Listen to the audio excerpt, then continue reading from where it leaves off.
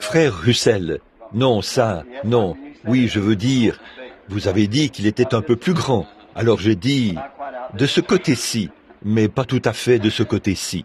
Eh bien, nous sommes vraiment heureux d'être de nouveau ici ce soir, avec Frère Rudel et son Église. Ils ont des ventilateurs, et si vous avez l'électricité, alors mettez-vous vraiment à l'aise. Je suis resté assis dans la voiture, et j'ai attendu jusqu'au moment d'entrer, parce que je savais qu'il ferait chaud. On dirait que dans l'Indiana, on a l'hiver, puis l'été, et après on retourne directement à l'hiver.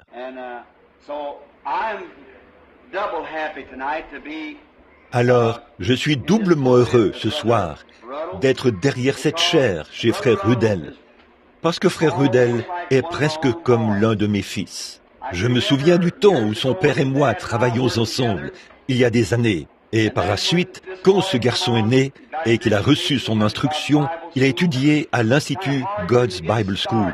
C'était un peu difficile pour lui de commencer. On aurait dit qu'il ne voulait pas du tout se lancer, pour une raison ou une autre.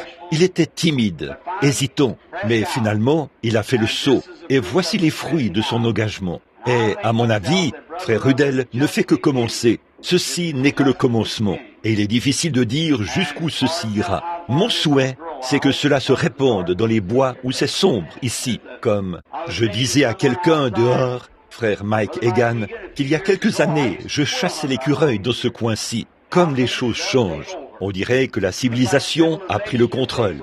Nous n'aurons plus aucun endroit où chasser l'écureuil ou le lapin, si ça continue à se développer à ce rythme ici. C'est comme si, il y a quelques années, là-haut dans le coin où j'ai grandi, eh bien, il fallait parcourir 1,5 km pour se rendre chez un voisin. Aujourd'hui, vous ne pouvez pas jeter de l'eau par votre porte arrière sans que cela tombe sur sa porte. Alors, tout le monde est entassé l'un sur l'autre. C'est un plaisir d'être ici. Je ne vous retiendrai pas longtemps. Frère Rudel m'a demandé, il y a quelque temps, de venir ici au tabernacle pour prier pour les malades. À mon avis, il y a une chose que cela apporte, un jeune ministre comme celui-ci, quand nous venons prier pour les malades. Surtout si notre Seigneur nous montre un peu sa gloire. Cela fortifiera cette jeune Église. Je vois quelques-uns de mes amis du tabernacle ici, et quelques-uns des administrateurs et tout. Or, ces gens, bon nombre d'entre eux, ont vu le Seigneur guérir les malades. Et s'il veut bien le faire pour nous encore ce soir, paraître dans sa gloire, eh bien, cela fortifiera la foi des gens. Cela leur donnera une espérance. Cela aidera Frère Rudel, parce que Frère Rudel est bien décidé à prêcher le plein évangile. S'il ne le faisait pas, là, il me décevrait. Et le Seigneur aussi, j'en suis sûr. Et donc, il va s'en tenir à cela. Et peut-être que ces petites réunions comme celle-ci, où certains d'entre nous, les vieux prédicateurs, vous savez, peuvent venir apporter leur contribution, eh bien, cela aide ces jeunes hommes. Et maintenant, à vous qui êtes du tabernacle, je serai là-bas demain, mais je n'aurai pas de jour de congé jusqu'au 15 août. J'ai une succession de réunions, alors je viendrai peut-être à l'école du dimanche, mais pas pour prêcher. Et j'ai été désolé d'apprendre, il y a environ 1 heure, que la belle-sœur de Frère Neville, notre pasteur, a été enterrée aujourd'hui. Je me demande si le tabernacle le savait. Je ne pense pas que Frère Neville est ici. Je l'ai cherché des yeux partout avant de dire ceci. Je me demande s'ils en étaient informés pour y envoyer des fleurs. Je ne sais vraiment pas. Je viens de l'apprendre il y a quelques instants. Billy m'a dit que quelqu'un lui a dit que la belle-sœur de Frère Neville avait été enterrée aujourd'hui.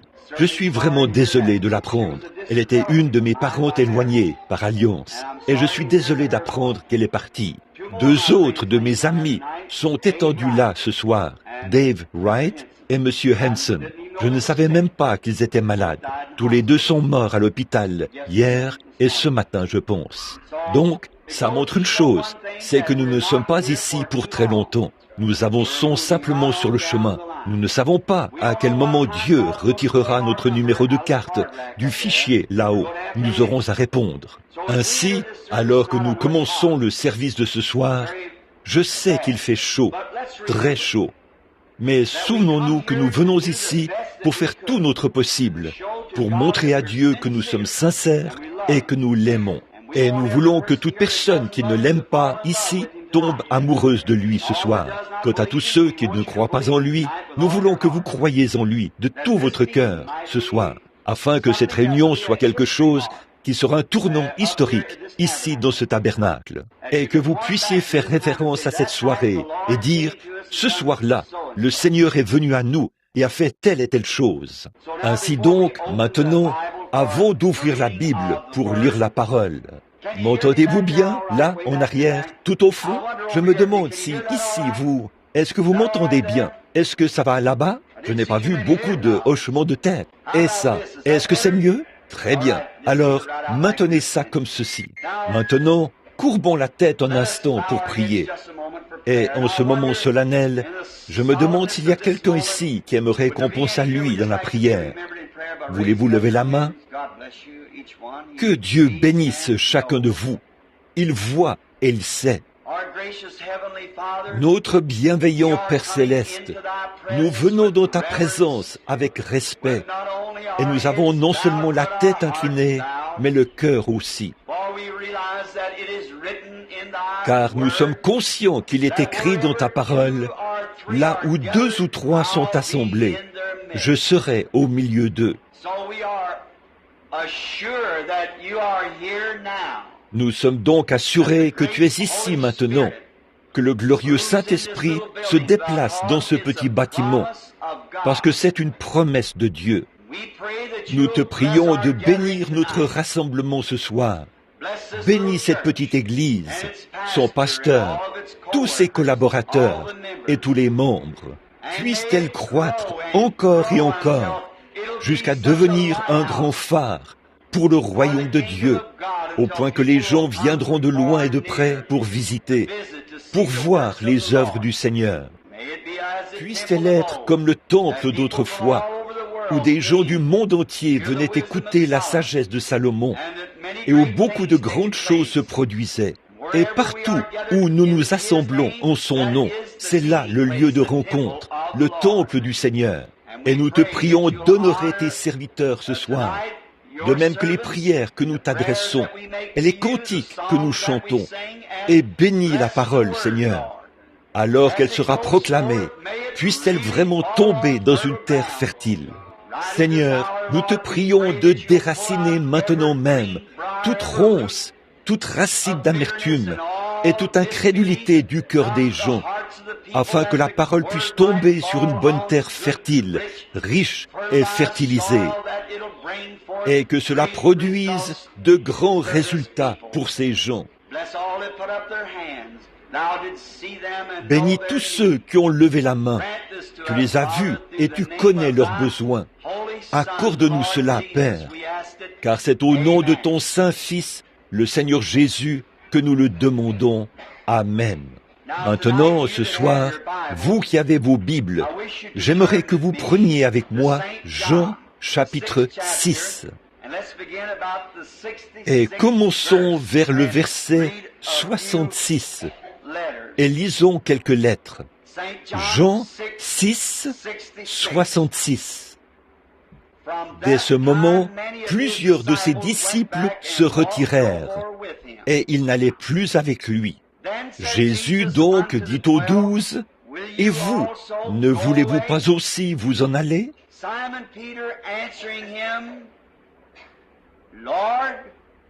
Simon-Pierre lui répond, « Seigneur, à qui irions-nous? Car tu as les paroles de la vie éternelle. Et nous avons cru et nous avons connu que tu es le Christ, le Fils du Dieu vivant. » Si je peux appeler cela un sujet, j'aimerais l'intituler « À qui irions-nous » Vous savez, les gens aujourd'hui ressemblent beaucoup à ceux de cette époque-là. Les gens marchent sans savoir où ils vont. Et cela semble être le moindre de leurs soucis. Ils ont la facilité d'aller où bon leur semble. Et c'est le genre de personnes qui sont en quête de plaisir. L'homme est à peu près dans le même état qu'il était quand il a abandonné Dieu dans le jardin d'Éden et qu'il a dû se débrouiller tout seul. Il laisse simplement Dieu de côté, va où bon lui semble, et il est avide de plaisir, en quelque sorte. Et il n'a pas beaucoup changé par rapport à ses conceptions. Il n'a pas beaucoup changé par rapport à ses idées. Il veut toujours avoir sa religion de feuilles de figuier, vous savez. Il veut la concevoir tout seul, se couvrir lui-même et marcher comme, plus ou moins, je dirais, plus ou moins comme quelqu'un de satisfait, un autosatisfait, si ce mot a du sens. Il essaie de se convaincre qu'il est satisfait, alors qu'au fond de son âme, il sait qu'il est dans l'erreur. Il sait que tout ce que l'homme fait est souillé dès le départ. Et il ne peut pas plus se sauver lui-même qu'il pourrait se hisser jusqu'à la lune à la force du poignet. Il ne le peut pas. Essayer de le faire, c'est faire comme le léopard, qui essaye de faire disparaître ses taches à force de les lécher. Tout ce que cela produit, c'est que ses péchés paraissent avec plus d'éclat. Mais lui, jusque-là, il refuse d'écouter. Il erre ça et là. Mais Pierre, à cette époque-là, pouvait répondre comme beaucoup d'entre nous ce soir. Il avait trouvé quelque chose de différent. Il avait rencontré Jésus. Et il savait qu'il y avait quelque chose de plus que de simplement errer. Quiconque rencontre Jésus ne veut plus jamais errer. Quelque chose lui arrive quand il rencontre Jésus. Il n'est plus jamais le même. Et ce Pierre avait rencontré Jésus. Et il avait trouvé en Jésus quelque chose de différent par rapport à tous les autres. Jamais il n'y avait eu un homme comme Jésus. Et il avait trouvé en lui cette glorieuse chose qui l'a amené à répondre par cette question, « Seigneur, à qui irions-nous » Jésus leur avait dit, « Bon, si vous voulez aller avec les 70 autres, vous êtes libre de le faire. Sentez-vous libre de partir. » Mais Pierre a dit, « Où irions-nous? À qui pourrions-nous aller? Car toi seul as la parole de la vie éternelle. » Personne d'autre que lui ne l'avait. Et Pierre avait été avec lui assez longtemps. Et il l'avait vu opérer les miracles, les signes et les prodiges de Dieu. Il savait que c'était la vérité, qu'il avait la parole de la vie éternelle. Oh, si seulement nous pouvions rester avec lui assez longtemps pour reconnaître cela, que lui seul a la parole de la vie éternelle. Eh bien, qu'est-ce que Jésus avait de si différent de tous les autres? Pourquoi était-il différent du rabbin? Le rabbin était un sacrificateur, il était un docteur, un érudit. Probablement qu'il était de loin supérieur à Jésus dans le domaine de l'instruction de ce monde. Il n'est mentionné nulle part que Jésus ait fréquenté une école ou qu'il ait appris quoi que ce soit des hommes. Il n'en avait pas besoin. Il était le Fils de Dieu. Il lui était révélé du ciel ce qu'il devait faire. Et cette révélation céleste avait produit un tel effet sur ses disciples que Pierre a dit, « À qui irions-nous pour trouver cela ?» Et c'est tout aussi vrai ce soir. Où irions-nous pour trouver cela si nous ne venions pas à lui? Bon, j'ai noté ici sur un bout de papier 7 raisons ou 7 choses pour lesquelles, cette raison pour lesquelles nous devons venir à Jésus. Je veux parler de ces 7 choses pendant les 20 ou 30 prochaines minutes avant que nous prions pour les malades. Eh bien, qu'est-ce que Jésus avait de différent? Pourquoi devrait-il être le seul? Tout d'abord, Jésus a dit, « Je suis le chemin. » Or, il n'y a qu'un seul ciel, un seul Dieu et un seul chemin pour arriver là-bas. Il n'y a pas beaucoup de chemins, mais il n'y a qu'un seul chemin pour arriver là-bas.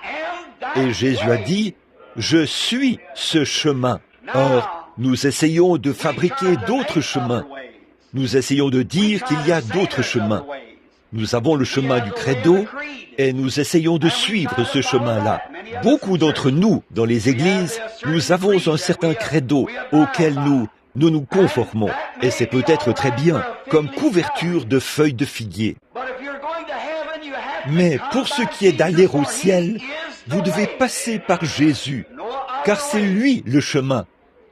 Il n'y a aucun autre chemin pour aller au ciel, si ce n'est par Jésus. Nous avons des chemins que nous appelons notre dénomination. De nos jours, vous demandez à un homme, « Êtes-vous chrétien ?»« Oh, je suis méthodiste. »« Êtes-vous chrétien ?»« Je suis baptiste. » Je suis presbytérien, pentecôtiste ou nazaréen ou quelque chose comme ça. Ce n'est pas ça la question. Pour être un chrétien, vous devez être en Christ. Il n'y a qu'un seul moyen pour vous d'entrer en Christ. Et ce n'est pas par des credos ou par des églises, mais par le baptême du Saint-Esprit. Nous devons naître de nouveau. Et quand nous naissons de nouveau, alors nous sommes en Christ. Et si vous êtes en Christ, vous êtes dans le chemin. Car il est le chemin.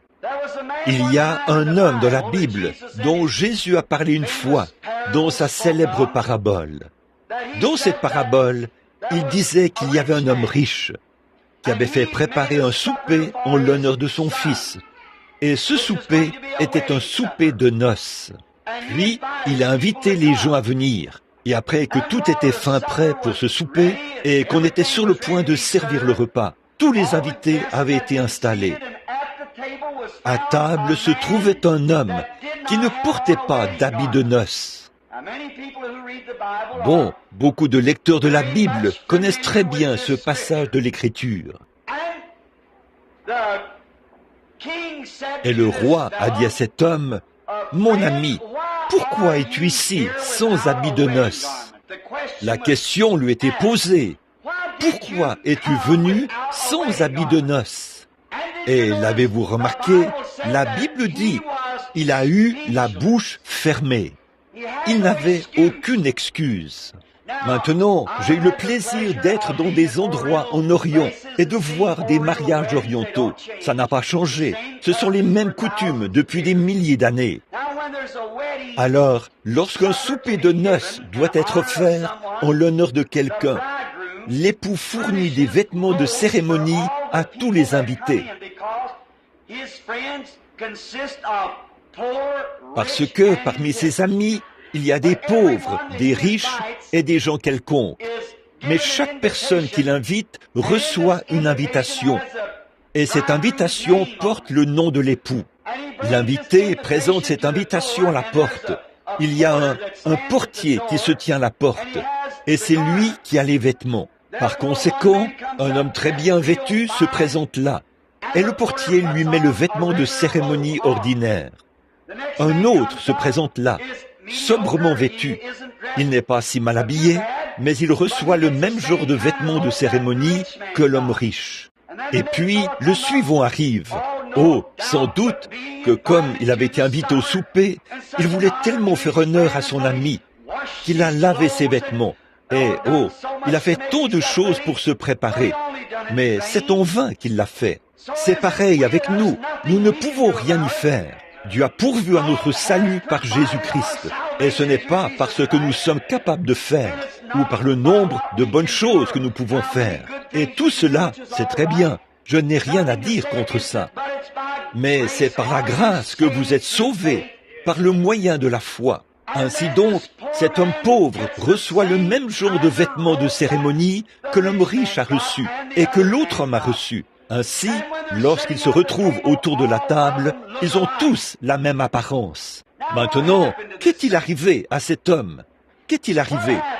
Il a eu la bouche fermée, parce qu'il était entré par une fenêtre, ou par une porte latérale, ou par un autre chemin que le chemin qui avait été prévu pour l'accueillir. Et il n'avait pas reçu le vêtement de cérémonie.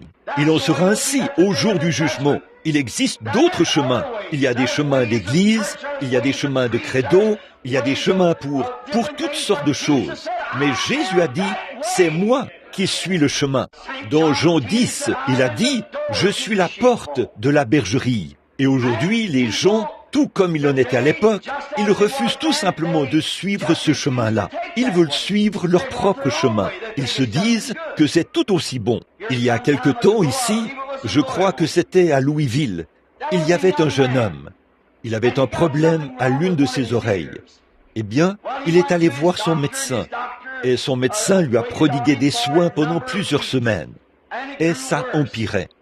Finalement, le médecin dit « Il faut que je vous envoie chez un spécialiste ». Et quand le spécialiste a établi son diagnostic, il a utilisé un terme médical très compliqué. En fait, je ne crois pas que si je le connaissais, si je pouvais le prononcer, il faudrait d'abord que je mette cela par écrit et que je m'exerce à épeler cela pendant 1 heure. Et puis, vous ne sauriez pas ce que j'aurais dit, que je l'aurais épelé ou prononcé, parce que, pour commencer, je ne saurais pas ce que c'est. Mais c'était un problème au niveau de son oreille, qui aurait pu lui coûter la vie. Et il a dit, le cas est très avancé, et je ne connais personne d'autre qui puisse établir un diagnostic plus complet de ce cas, pour confirmer ou infirmer mon diagnostic, en dehors d'un certain homme qui habite à Saint-Louis, un médecin. Le jeune homme s'est rapidement rendu à Saint-Louis. Ce médecin avait pris sa retraite et s'était installé à la Nouvelle-Orléans. Il était du Sud, alors il était retourné à la Nouvelle-Orléans. Le jeune homme a rapidement pris l'avion et il s'est rendu à la Nouvelle-Orléans au plus vite. Le vieux médecin l'a examiné et a dit « Ils ont établi le bon diagnostic, fiston, et c'est un stade très avancé. » Et le jeune homme a dit « Docteur, voulez-vous faire l'opération ?» Il a dit « Non, fiston, je ne peux pas le faire. Ma main n'est pas assez stable. » Il a dit « Eh bien, il y a à ma connaissance un seul homme dans le monde entier qui puisse faire cette opération. » Et il a ajouté, cet homme est en ce moment même à New York, en partance pour 6 mois de vacances en Europe. Et je ne sais même pas si vous pourrez le rattraper. Et même si vous le rattrapiez, je ne sais même pas s'il ferait l'opération. C'est à ma connaissance le seul spécialiste de cette maladie rare qui puisse faire cette opération. Et vous ne pouvez pas attendre. Vous serez mort d'ici 6 mois. Il a dit, prenez le téléphone. Appelez-le, faites quelque chose. Je ne veux pas mourir. Contactez-le d'une manière ou d'une autre. Finalement, ils ont pu joindre le médecin et il a consenti à faire l'opération. Eh bien, quand ce jeune homme est allé consulter le vieux médecin et qu'il lui a dit quel était son problème et qu'il n'y avait qu'un seul homme qui pouvait faire l'opération, il n'a pas regardé le vieux médecin comme certaines personnes regardent un ministre lorsqu'il leur dit que Jésus est le seul chemin qui mène au salut. Il n'a pas regardé le médecin et dit « Très beau discours, docteur. J'ai vraiment aimé votre exposé. Je reviendrai vous écouter à une autre occasion. » Eh bien, c'est comme ça que les gens considèrent le christianisme. Mais si seulement vous vous rendiez compte que de rejeter ce chemin, c'est la mort. C'est pour ça que Pierre a dit « À qui irions-nous? Car toi seul as la vie éternelle. » Tu es la seule personne et le seul chemin que Dieu a établi. Et ça, c'est la vie éternelle. Alors, nous devons nous rappeler qu'il est le chemin. Et si on est en Christ, on entre en Christ en naissant en Christ. Bon, ça ne sert à rien de parler du chemin aux gens et de leur expliquer ce qu'est le chemin, à moins de leur dire comment y entrer. Donc, on est en Christ. On devient une partie de lui. On devient une nouvelle créature ou une nouvelle création quand on est dans le royaume de Dieu. On devient une partie de Christ. Quand je suis né dans la famille Branham, je suis devenu un Branham par la naissance. C'est de cette manière qu'on devient une partie de Christ.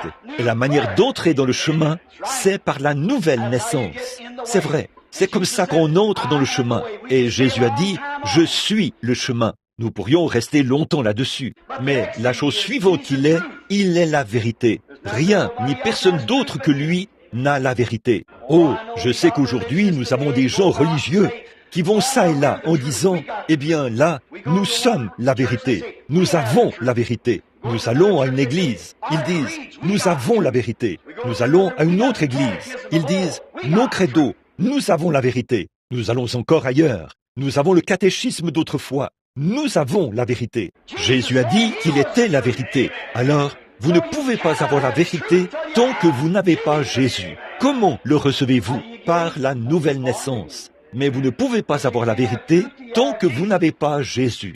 Vous ne pouvez pas être sur le chemin tant que vous n'êtes pas en Jésus. Comment entre-t-on en lui? Par un seul esprit, nous avons tous été baptisés pour former un seul corps. Là, on est en Jésus. Là, on est dans le chemin. Là, on est dans la vérité. Jésus a dit, « Je suis le chemin, la vérité. » Et une autre chose, la troisième chose au sujet de Jésus. Pourquoi nous devons venir à lui? Il est la seule lumière qui soit. C'est vrai. Oh, nous ne voulons pas être d'accord là-dessus, mais c'est vrai. Jésus est la seule lumière qui soit. Vous dites, je suis russelliste, campbellite. Quoi que vous soyez, c'est une fausse lumière. Il se peut que vous fassiez partie de l'église russelliste. Il se peut que vous fassiez partie d'une église campbellite ou d'une autre église dite de lumière. Mais tant que vous n'êtes pas en Jésus, vous n'êtes pas dans la lumière. Vous êtes encore dans les ténèbres. Vous n'avez pas la lumière tant que vous ne venez pas à lui, car il est le chemin, la vérité et la lumière. Est le seul moyen d'aller à Dieu.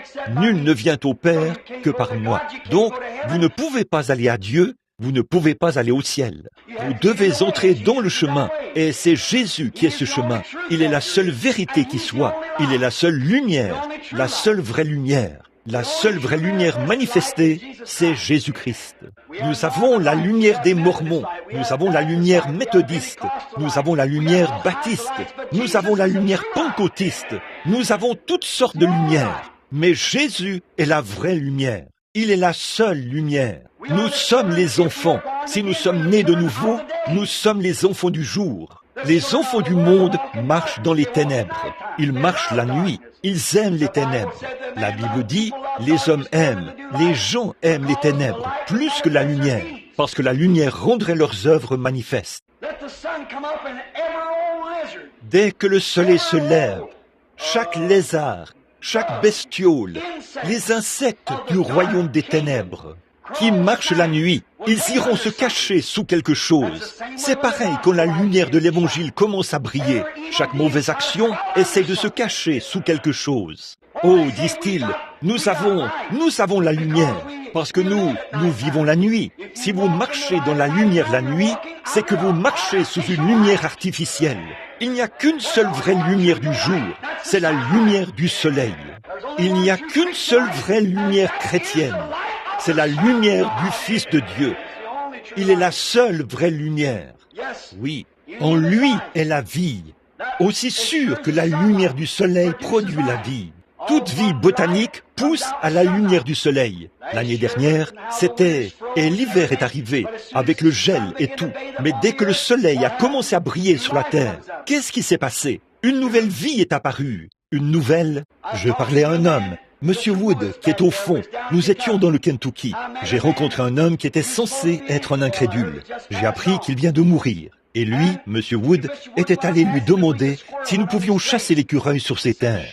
Il a dit, « Bien sûr, Banks, tu peux chasser l'écureuil. Vas-y. » Il a dit, « Je suis venu avec mon pasteur. » Il a dit, « Wood, ne me dis pas que tu es tombé si bas que tu dois traîner un prédicateur partout où tu vas. » Et il a dit, « Je suis sorti de la voiture et je suis allé les retrouver. Il y avait là un pommier sous lequel un autre vieil homme et lui étaient assis. Alors, j'ai cueilli une pomme et je me suis mis à la manger. Et lui, il me parlait. Et Frère Wood me l'a présenté comme étant, il a dit, « Voici notre pasteur. » Et j'ai dit, « Bonjour, monsieur. Nous avons parlé un peu. » Eh bien, il s'est mis à dire qu'il n'avait jamais mis les pieds dans une église et qu'il ne pensait pas avoir manqué quoi que ce soit en n'y allant pas. J'ai dit, « Oh, que si !» Je l'ai laissé parler un peu. Au bout d'un moment, il a dit, « Vous savez, il y a un prédicateur qui est venu ici, à Campbellsville ou à Acton.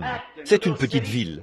Là-bas, sur le lieu de campement méthodiste. » Puis il a dit, ce prédicateur n'était jamais venu dans cette région auparavant. Et un soir, alors qu'il prêchait là-bas, au cours d'une série de réunions de 3 soirs, il a parcouru la foule du regard, et il y avait une femme assise là, et lui a dit qu'elle priait pour sa sœur, qui habitait ici sur la colline, qui se mourait du cancer. Il lui a dit, vous avez un mouchoir dans votre sac à main. Puis il a dit, prenez ce mouchoir, et posez-le sur cette femme, et elle sera guérie. Il a dit, ce matin-là, ma femme et moi étions allés là-bas. Il a dit, nous avons changé la literie sous cette vieille femme. Elle n'avait pas quitté le lit depuis 2 ans ou plus. Elle souffrait d'un cancer de l'estomac. Elle n'arrivait même pas à retenir l'eau dans son estomac. Et il a dit, une fois que cette sœur a quitté la réunion ce soir-là, elle est venue et a posé le mouchoir sur cette femme. Et il a dit, le lendemain matin, elle faisait cuire des œufs et du bacon. Elle préparait le petit déjeuner et mangeait. Et il a dit, elle demeure là-haut, sur la colline. Ça fait déjà 3 ou 4 ans. Et, a-t-il dit, elle est toujours en bonne santé. Il a dit, alors, s'il revient un jour dans cette région, je vais aller l'écouter. Il a dit, parce qu'il a produit quelque chose qui donne l'impression que ça va un peu plus loin qu'un tas de mots à lire. Il a présenté quelque chose qui était vivant et qui avait la vie. Comment a-t-il su qu'elle habitait là-haut, sur la colline? J'ai regardé Frère Wood et j'ai secoué la tête. Et j'étais là, plein de boue, de sang d'écureuil et tout, après avoir chassé. Il n'avait pas la moindre idée que c'était moi qui prêchais là-bas. Alors il s'est tenu là un petit moment, ou s'est assis là, plutôt. Et j'ai dit, monsieur, voulez-vous dire que si vous pouviez voir quelque chose qui semble être Dieu, que Dieu faisait quelque chose de surnaturel? Oh oui, a-t-il dit, ça me ferait croire. J'ai dit, oui monsieur.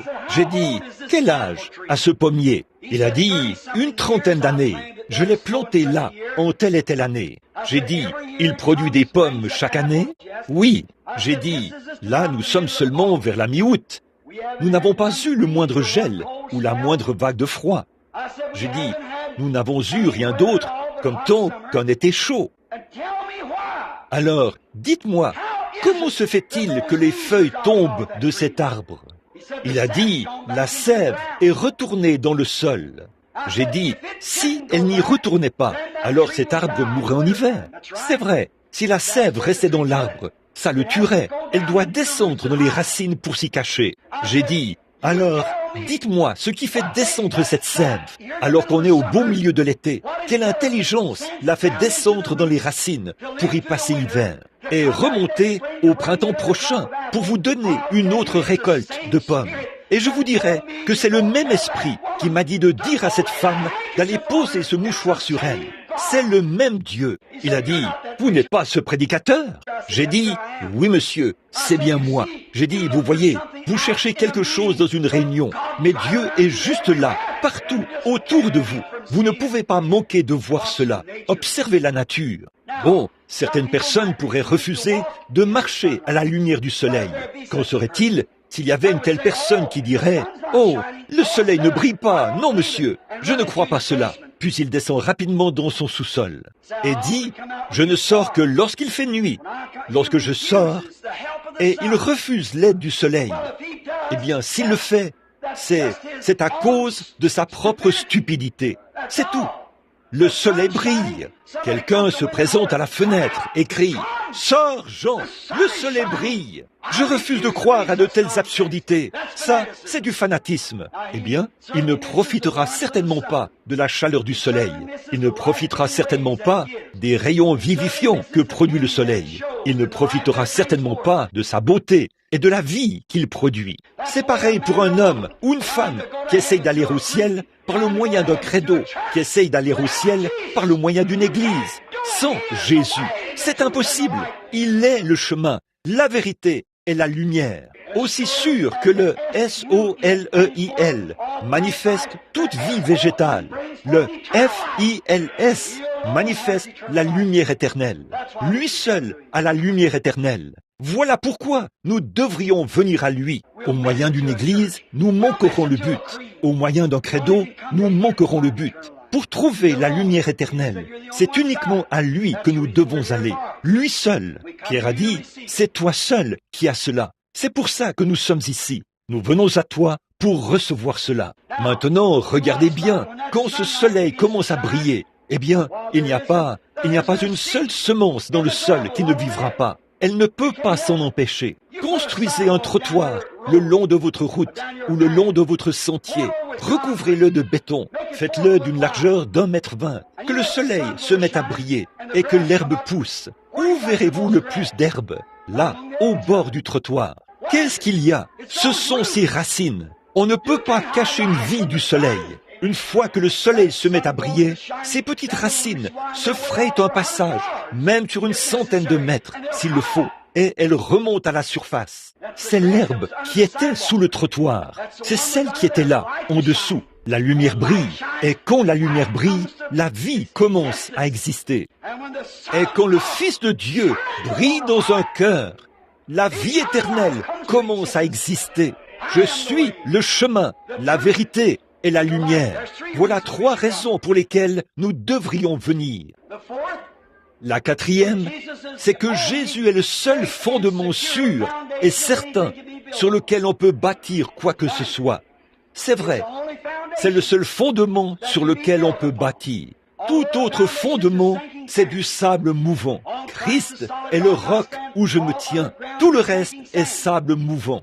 Beaucoup de gens bâtissent sur des richesses. Ils essaient de travailler pour voir combien d'argent ils peuvent gagner.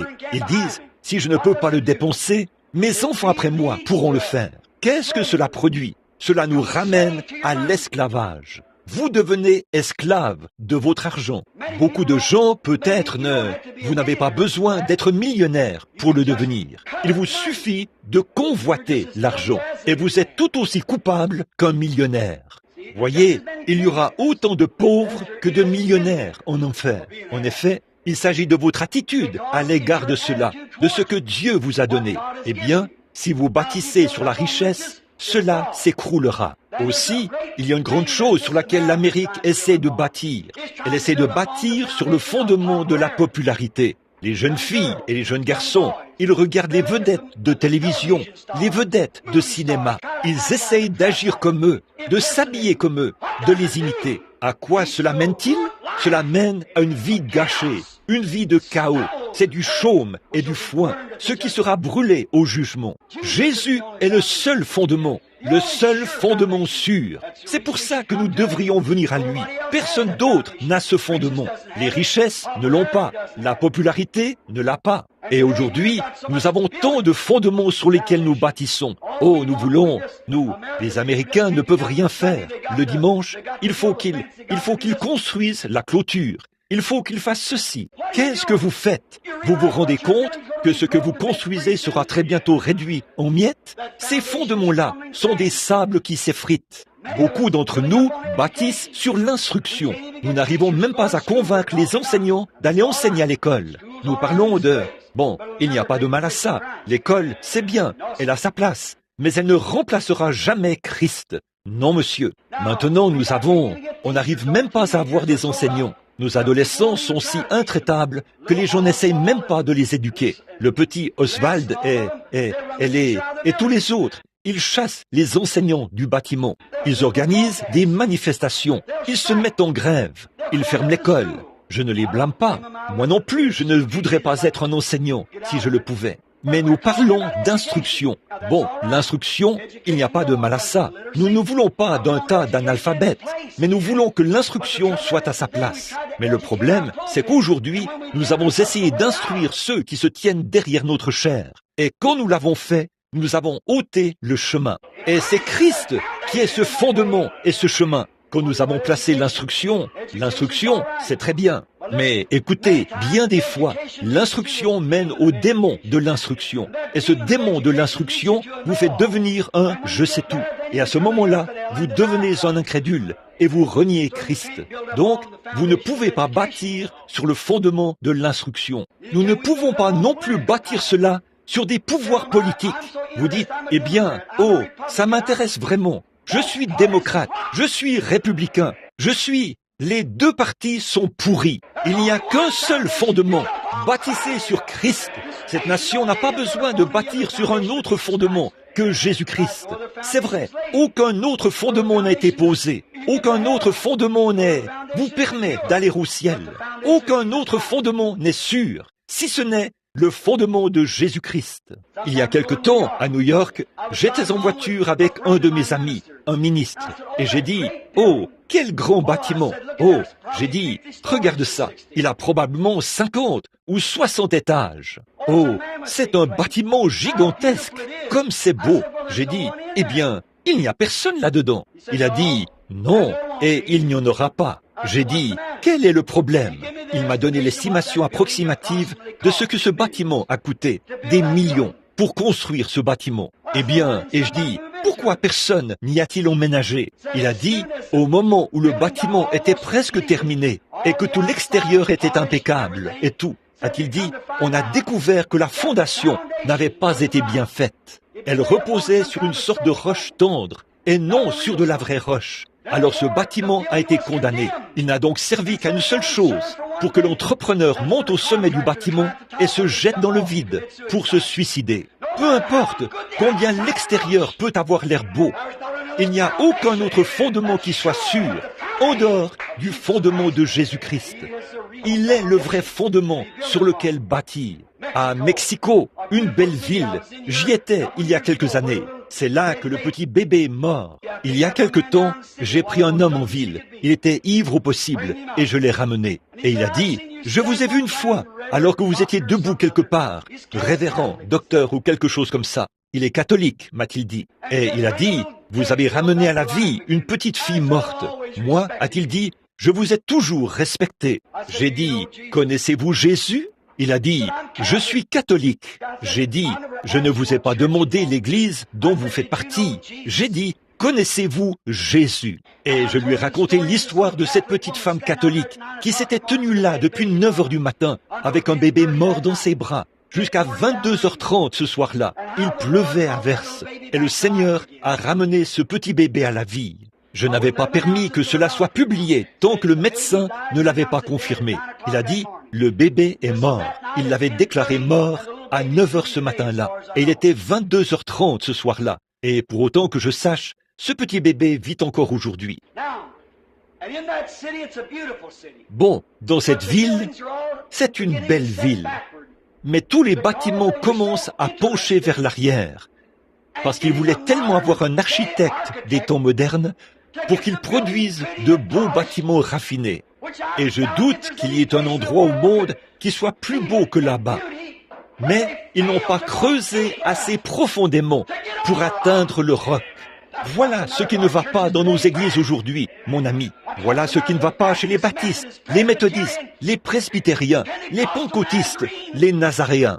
Nous devons creuser en tant qu'individus et ne pas compter sur nos églises. Nous devons creuser nous-mêmes jusqu'à ce que nous atteignions ce roc dont Jésus a parlé.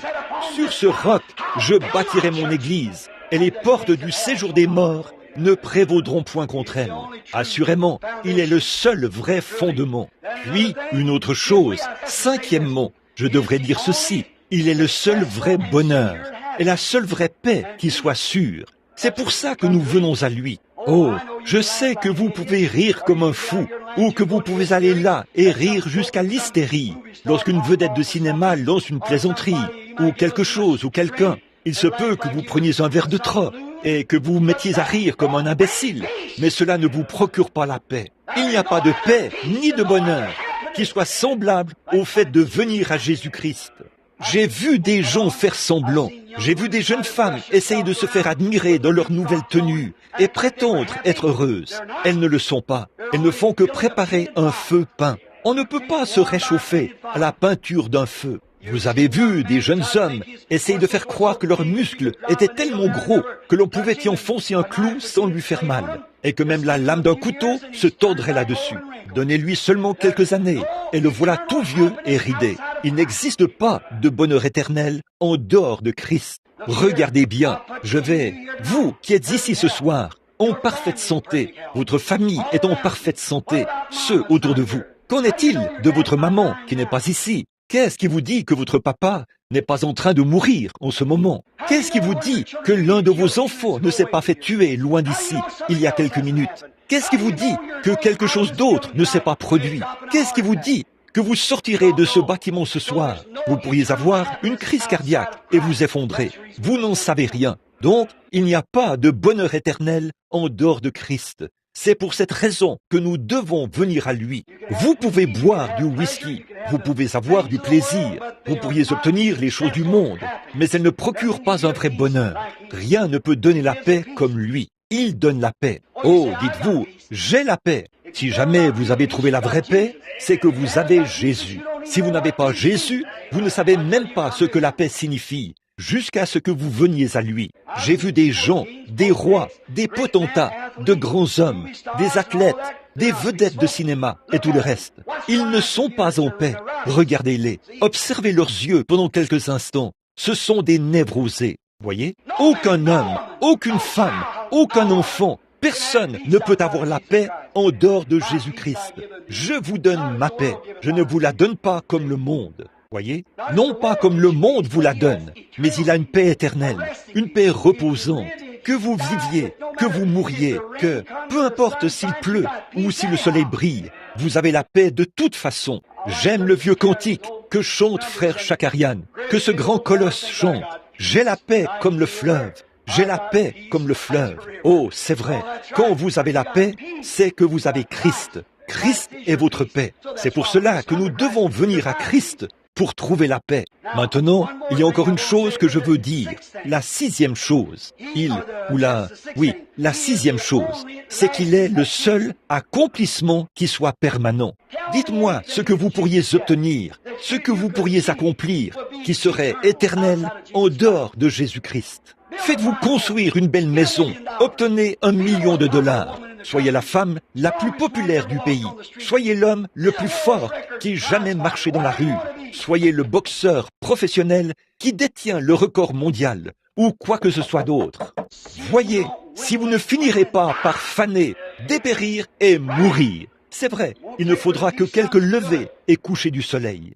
Donc, le seul accomplissement éternel qui soit, c'est Jésus-Christ. Alors, s'il est ce qu'il y a de meilleur et de plus grand que nous puissions obtenir, faisons en sorte que ce soit notre accomplissement. Assurons-nous de le recevoir, lui. Il se peut que vous soyez un prédicateur, il se peut que vous soyez un pasteur, il se peut que vous soyez un diacre, il se peut que vous soyez un membre d'église, mais si parmi ce que vous avez accompli, vous n'avez pas, il se peut que vous arriviez au point où vous dites « Tant que je ne serai pas un prédicateur, je ne m'arrêterai pas. Tant que je ne serai pas un diacre, je ne m'arrêterai pas. Tant que je ne serai pas un membre d'église, je ne m'arrêterai pas. » Toutes ces choses sont très bien, elles sont honorables. Mais écoutez bien, frères, ne vous arrêtez pas tant que vous n'avez pas reçu Jésus-Christ. Sinon, vous n'avez pas un accomplissement qui est éternel. En effet, votre pasteur, oui, votre travail en tant que pasteur disparaîtra bientôt. Votre travail en tant que diacre s'arrêtera bientôt. Votre adhésion à l'Église aura été effacée de l'esprit des gens depuis longtemps, dans un futur très proche. Mais si vous avez obtenu Jésus-Christ, alors vous avez la vie éternelle et vous ne pourrez jamais mourir. Maintenant, en dernier lieu, je veux dire ceci. Voici une autre raison pour laquelle nous devrions venir à Jésus. Il est le seul qui possède le ravissement. J'en suis si heureux. Oh, je me sens religieux là. C'est le seul qui puisse vous ravir. Oui, monsieur. Je vais vous dire ceci. Allez au magasin demain matin ou lundi matin, puisque demain c'est dimanche. Allez à la pharmacie et procurez-vous un médicament qui vous rendra tellement sain que vous serez ravi dans la gloire. Que le médecin pratique sur vous une opération qui fera que vous soyez ravis de la tombe à la gloire. Soyez donc tellement intelligent et instruit au point de savoir comment construire, disons, une autre tour de Babel. Ça se terminera de la même manière. Voyez ce qu'il en est. Essayez de procéder autrement et voyez ce qu'il en est. Ce ne sont que ceux qui sont en Christ que Dieu amènera avec lui. Le seul ravissement qui puisse se faire de la terre à la gloire, c'est par Jésus-Christ. Il est le seul ravissement, le seul chemin pour être ravi. Vous ne pouvez pas l'acheter. Vous ne le pouvez pas. Vous ne pouvez pas travailler pour l'obtenir. Vous devez le recevoir. C'est un don qui vous est fait. Le ravissement que Dieu envoie pour vous faire monter. Allez donc acheter un médicament qui vous changera du vieil homme ou de la vieille femme que vous êtes en un jeune homme ou une jeune femme. Voyez si vous pouvez en acheter. Vous ne le pourrez jamais. Ça n'existera jamais dans le domaine médical. Ça n'existera jamais dans aucun autre domaine en dehors de Jésus-Christ. Mais il a dit ceci, celui qui mange ma chair et boit mon sang a la vie éternelle, et je le ressusciterai au dernier jour. Je le ravirai, le ferai monter dans la gloire. Si ce corps terrestre est détruit, si cette tente où nous habitons sur la terre est détruite, nous en avons une autre qui nous attend. le ravissement, un changement de demeure, quitter un endroit pour aller à un autre. Il est le seul qui est la vie éternelle. Il est le seul qui est le bonheur. Puis-je aussi dire ceci? Il est le seul. En lui, c'est le seul endroit où vous pouvez aller et où vous pouvez le voir. Le seul endroit où vous ne pourrez jamais le comprendre, c'est quand vous entrez en lui. Vous devez entrer en lui pour comprendre cela. Sinon, vous allez seulement vous poser des questions et vous démener en vain. Vous ferez des suppositions et ce sera une énigme pour vous. Vous ne le comprendrez jamais. C'est pour ça qu'à cette époque-là, les Juifs disaient, eh bien, ce gars-là est Belzébul, ce gars-là est ceci, cela et autre chose. Ils ne sont jamais venus à lui. Ils ne l'ont jamais accepté comme étant le chemin. Ils ne l'ont jamais accepté comme étant la vérité, comme étant la lumière, comme étant le fondement, comme étant le premier, comme étant le dernier, comme étant l'alpha, l'oméga et toutes ces autres choses qu'il est. Il est le tout en tout. C'est la raison pour laquelle ils ne pouvaient pas le comprendre quand ils le voyaient. Voilà Philippe qui est arrivé. Il est allé chercher Nathanaël, avait emmené Nathanaël là-bas. Et Nathanaël, Jésus est entré dans la présence de Jésus. Quand Nathanaël est entré dans la présence de Jésus plutôt, Jésus l'a regardé et a dit, « Voici un Israélite en qui il n'y a point de fraude. » Il a dit, « Rabbi, d'où me connais-tu » Il a dit, « Avant que Philippe t'appelle, quand tu étais sous l'arbre, je t'ai vu. » Les prédicateurs qui se tenaient là, les sacrificateurs, ils ont dit, « Cet homme est Belzébul, il a le diable en lui, c'est un diseur de bonne aventure. » Jésus a dit, « Si vous dites cela contre moi, je vous pardonnerai. Mais un jour, le Saint-Esprit viendra pour faire la même chose, et une seule parole prononcée contre lui ne sera jamais pardonnée, ni dans ce siècle, ni dans le siècle à venir. » Comment pouvez-vous, a-t-il dit, comment pouvez-vous me condamner alors que votre propre parole dit que vous êtes des dieux? Et si on a appelé des dieux ceux à qui la parole de Dieu est venue, comment pouvez-vous me condamner quand je dis que je suis le Fils de Dieu? Si vous aviez connu mon Père, vous m'auriez aussi connu. C'est vrai, il a dit, nul ne peut venir à moi si mon Père ne l'attire. Nul ne comprendra Dieu sauf Christ, sauf si vous acceptez Christ. Vous ne pouvez pas comprendre la guérison divine. Eh bien, quelqu'un dira, Jésus-Christ est le même hier, aujourd'hui et éternellement. Le petit pasteur qui est ici pourrait prêcher cela. Et certains d'entre vous pourraient se gratter la tête et dire, ah, je ne crois pas ça. Voyez, vous n'êtes pas en état de croire cela. Acceptez-le simplement, par la foi, et là, vous le verrez. Jésus a dit, encore un peu de temps, et le monde ne me verra plus. C'est-à-dire que l'ordre du monde ne me verra plus. Mais vous me verrez, vous, le croyant, car je serai avec vous, et même en vous, jusqu'à la fin du monde. Vous ferez, vous aussi, les œuvres que je fais. Vous en ferez même davantage, car je m'en vais au Père. Je m'en irai, puis je reviendrai, et je serai avec vous. Nicodème a posé la question, comment puis-je naître de nouveau? Je suis un vieil homme, et rentrer dans le sein de ma mère. Il a dit, si un homme ne naît de nouveau, il ne peut voir le royaume de Dieu. En fait, la bonne traduction de cela, c'est comprendre le royaume de Dieu. Le royaume de Dieu est en vous. Vous ne pouvez donc pas vraiment le voir, à moins de le voir agir. Mais le seul moyen pour vous de comprendre cela, c'est de naître de nouveau. Naître de nouveau, c'est avoir été rempli de l'Esprit de Dieu. Et là, vous êtes en Christ. Et quand vous êtes en Christ, le Saint-Esprit qui a écrit la Bible et qui a manifesté Christ est en vous pour se reconnaître lui-même. Amen. C'est pourquoi vous devez venir à lui. Voilà ce qui ne va pas avec l'Amérique aujourd'hui. Ces réunions ont balayé le pays de l'Est à l'Ouest, du Nord au Sud. C'est pour ça que la bombe atomique a été placée là-bas contre cette nation. C'est pour ça qu'une destruction est proche. C'est parce que les œuvres de Dieu ont été manifestées et que les gens se sont éloignés et ont rejeté cela.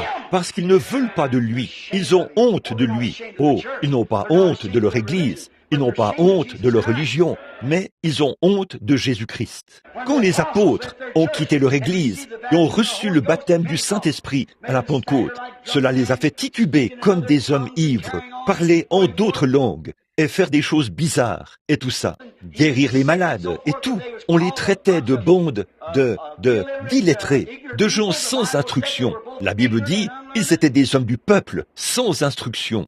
Mais ils reconnaissaient qu'ils avaient été avec Jésus, parce qu'ils agissaient de la même manière que lui. Ils savaient que sa vie était en eux, parce qu'ils faisaient les œuvres qu'il faisait. Jésus a dit, dans Jean 14, 7, « Celui qui croit en moi fera lui aussi les œuvres que je fais. » Voilà, c'est ça. C'est pour ça que nous devons venir à Christ aujourd'hui. Je crois que Christ vient bientôt. Je crois que nous sommes au bout du chemin. Je crois que les nations se disloquent. Je crois que le temps de la fin est proche. Je le sais, franchement, je le sais, sans l'ombre d'un doute. J'irai plus loin pour dire, je crois que je le sais. Nous sommes au bout du chemin. Encore combien de jours, combien d'années ou de semaines, je ne sais pas. Personne ne le sait, pas même Jésus. Il a dit, c'est Dieu seul qui le sait. Je ne sais pas quand cela arrivera, ni à quelle heure cela arrivera, mais je sais que c'est pour bientôt, car ces choses-ci sont celles qui doivent arriver juste avant sa venue. Permettez-moi de vous persuader, ce soir, mon ami qui est en dehors de Christ, si vous voulez le fondement sûr, le chemin, la vérité et la lumière, acceptez Jésus-Christ comme votre sauveur personnel et soyez remplis de son esprit. Ainsi, quand son esprit se mettra à agir, vous reconnaîtrez son esprit. Voilà ce qui n'allait pas chez eux à cette époque-là. Ils l'ont vu. La femme au puits en savait plus long sur Dieu que la moitié des prédicateurs de cette époque. Eh bien, dès qu'elle l'a vu, il avait l'air d'un juif ordinaire, d'un homme ordinaire. Puis il lui a dit, « Femme, apporte-moi à boire. » Elle a dit, « Eh bien, vous n'avez pas coutume, vous les Juifs, de demander cela aux Samaritains. » Il a dit, « Mais si tu savais à qui tu parles, c'est toi qui me demanderais à boire. Je te donnerai des eaux qu'on ne vient pas puiser ici. » Il s'est mis à lui parler jusqu'à ce qu'il discerne son problème, jusqu'à ce qu'il saisisse ce qui n'allait pas chez elle. Chacun de nous sait ce qui n'allait pas. Nous, les Américains, nous croyons qu'elle vivait en adultère. Elle avait eu 5 maris et elle vivait avec le 6e. Alors il lui a dit, « Va chercher ton mari et viens ici. » Elle a dit, « Je n'ai pas de mari. » Il a dit, « Tu as dit la vérité. Tu en as eu 5 et celui avec qui tu vis n'est pas ton mari. Tu as dit la vérité. » Elle a dit, « Seigneur, je vois que tu es prophète. » Eh bien, nous savons que quand le Messie viendra, c'est ainsi qu'il se fera connaître à nous. Nous savons qu'il nous dira ces choses. Il a dit, « Je le suis. Moi qui te parle. » Elle a laissé la cruche et s'en est allée dans la ville. Qu'est-ce qu'elle avait fait? Elle avait accepté. Elle avait accepté cela, la révélation, quand elle est venue à elle. Elle s'en est allée dans la ville en courant et a dit, « Venez voir un homme qui m'a dit ce que j'ai fait. Ne serait-ce point le Messie ?» Elle avait accepté cela. Voilà, c'est ça. Tandis que les pharisiens et les sadducéens avaient fait demi-tour et avaient dit, « Il est Belzébul, nous n'aurons rien à faire avec lui. » Parce que ils avaient un fondement, ils avaient une voix. La Bible dit, « Telle voix paraît droite à un homme. Son issue, c'est la voie de la mort. » Donc, n'empruntez pas cette voie qui paraît droite. Venez à Christ, acceptez Jésus comme votre sauveur et soyez remplis du Saint-Esprit. Alors, quand le Saint-Esprit commencera à agir parmi vous, vous le reconnaîtrez. Voilà comment obtenir la guérison. Il faut savoir qui est le guérisseur. C'est Jésus-Christ qui est le guérisseur.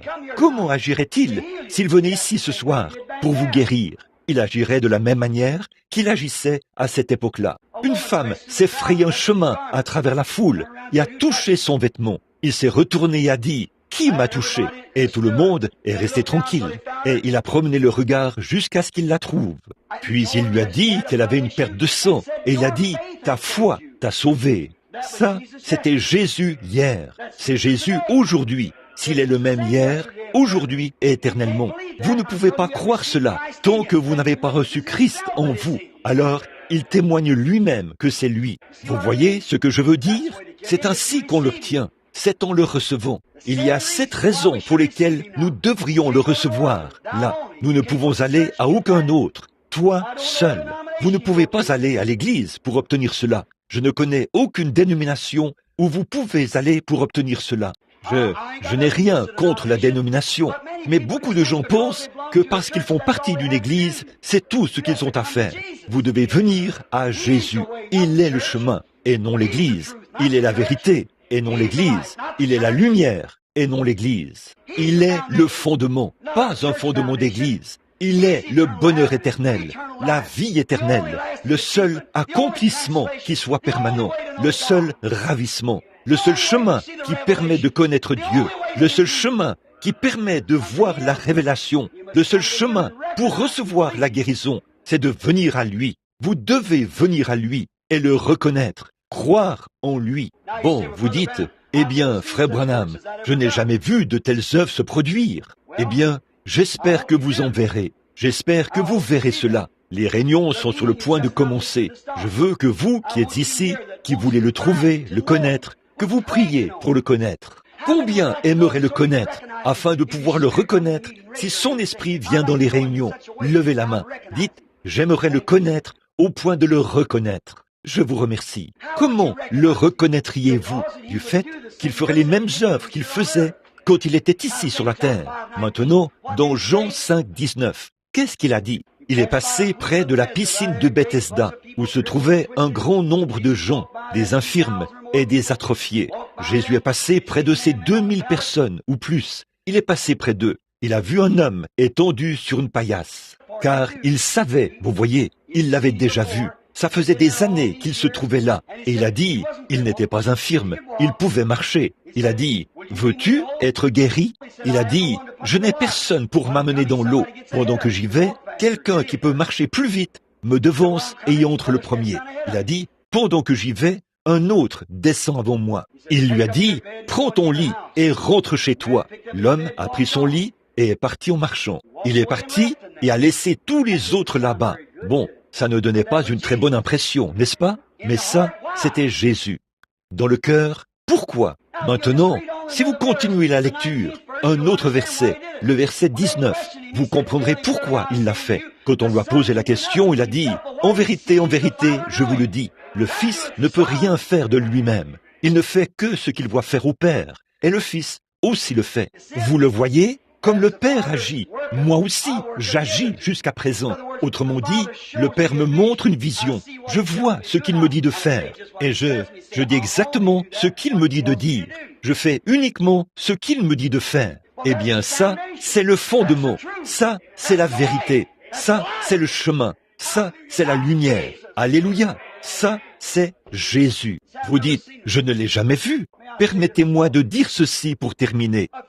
Il y a quelques semaines, en Floride, près du golfe du Mexique, quelque part là-bas, ou quelque part dans les Keys, il y avait un médecin, je pense que c'est ce qu'il était, qui était allé pour pêcher.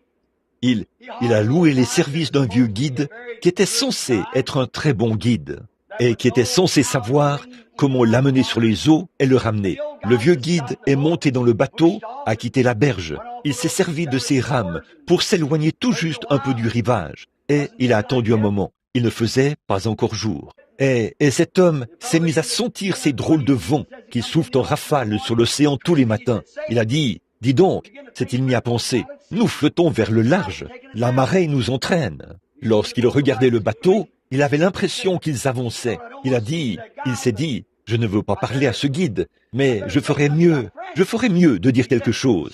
Il était paniqué. Il a dit, dis donc, monsieur, nous flottons vers le large, n'est-ce pas? Oh, a-t-il dit, je ne pense pas. Calmement, tranquillement. Au bout d'un moment, il a remarqué que le bateau continuait d'avancer au milieu de ce brouillard et de cette obscurité. Il a dit, nous flottons vers le large, faites quelque chose. C'est vous le guide, faites quelque chose. Dépêchez-vous, nous sommes en train d'aller au large. Comment reviendrons-nous? Le vieux guide était assis là, calme au possible. Et il a dit, eh bien, attendez encore un peu. Il fera jour, et là, nous saurons où nous sommes. Attendez encore un peu. Puisse la vraie lumière de Dieu briller dans ce bâtiment ce soir. Alors, vous verrez où vous êtes. Vous verrez quelle direction prendre après cela. Prions. Père céleste, il est dit dans les Écritures, « Je suis le chemin, la vérité et la lumière. Nul ne vient au Père que par moi. Je suis la porte de la bergerie. Je suis. Encore et encore.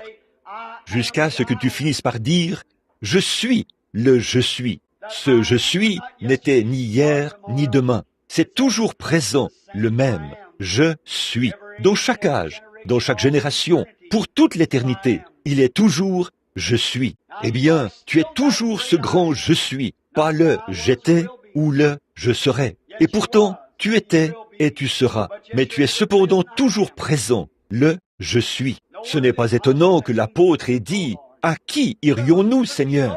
À qui irions-nous ? Nous te voyons faire ces choses. Nous savons que nul ne peut faire ces choses si Dieu n'est pas avec lui. » Nicodème a fait la même déclaration. « Rabbi, nous savons que tu es un docteur venu de Dieu. » Nous le savons. Nous, les pharisiens, nous, les membres d'Église, nous le savons. Nous ne pouvons pas l'accepter. On nous mettrait à la porte de l'Église. Mais nous savons que tu es un docteur venu de Dieu, parce que personne ne peut faire les œuvres que tu fais si Dieu n'est avec lui. C'est la vérité, Seigneur. C'est pareil aujourd'hui. Tu es le même fondement, le même chemin, la même vérité, la même lumière, le même fondement. Tu es le même bonheur, tu es le même ravissement, tu es le même en tout. Tu es le même hier, aujourd'hui et éternellement, le même qui connaît les secrets du cœur, le même hier, aujourd'hui éternellement, le même guérisseur, le même sauveur. Ô Dieu, il se peut qu'il y ait des pécheurs ici. 20 ou 30 mains se sont levées tout à l'heure, quand j'ai demandé qui voudrait te voir. Je les ai fait attendre un peu plus longtemps, alors que je faisais ma dernière remarque. Attendez que le Fils brille, alors vous verrez où vous êtes. Ne soyez pas paniqués. Ne quittez pas l'église dans la précipitation. Ne soyez pas, dites pas, il fait trop chaud pour rester assis ici plus longtemps. Mais attendons un peu. Attendons que le Fils brille. Attendons que la lumière paraisse. Attendons que Jésus entre en scène, qu'il agisse et qu'il fasse comme il le faisait quand il était ici sur la terre. Alors, nous verrons quelle direction prendre. Accorde le Père. Nous le demandons au nom de Jésus et pour sa gloire. Amen. Je sais qu'il fait chaud. Nous n'avons pas beaucoup de temps.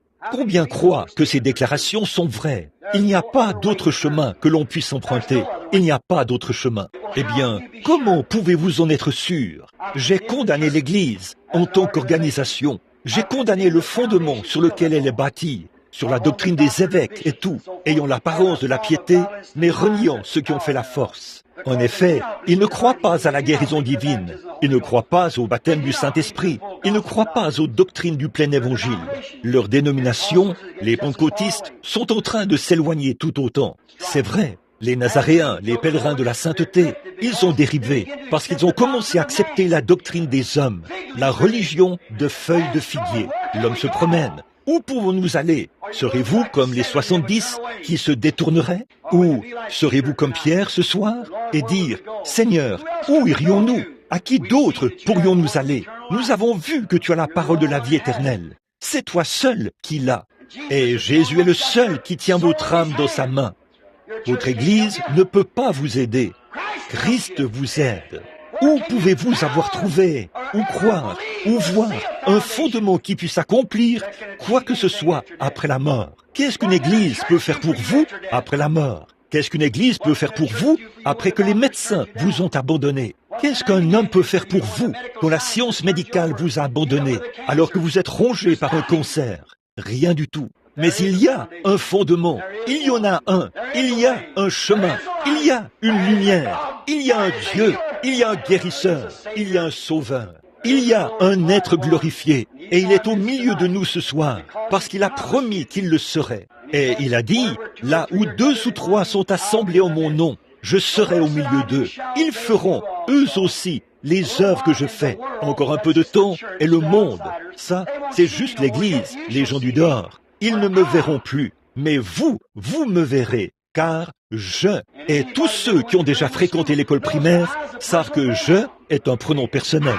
Voyez, je serai avec vous, et même en vous, jusqu'à la fin du monde. Et vous ferez, vous aussi, les œuvres que je fais. Quelles œuvres a-t-il faites? Ce que le Père lui a montré. C'est pour ça que j'ai dit dans ma dernière déclaration, attendez, je ne vous ai pas prêché en vain. Si Jésus ne fait pas ce que je dis, ce que la Bible dit qu'il a fait, ce que j'ai cité de vous, de l'écriture qu'il a fait, alors ce que je vous ai dit est faux. Alors la Bible est fausse.